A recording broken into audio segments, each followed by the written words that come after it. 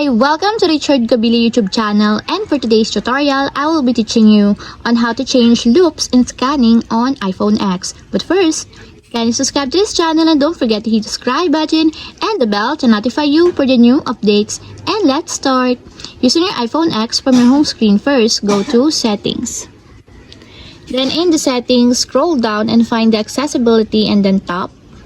Then in the Accessibility, scroll down again and go to Physical and Motor section and then tap the Switch Control.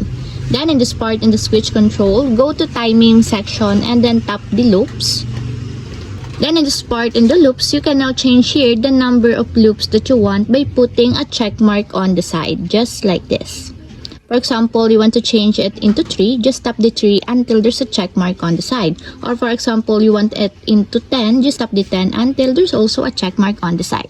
So loops help to hide the cursor after each item on screen has been visited a specific number of times. And that's it, we have successfully changed loops and scanning on iPhone X. If you have a question, get a comment down below and don't forget to hit the subscribe button and the bell to notify you for the new updates. And thank you for watching!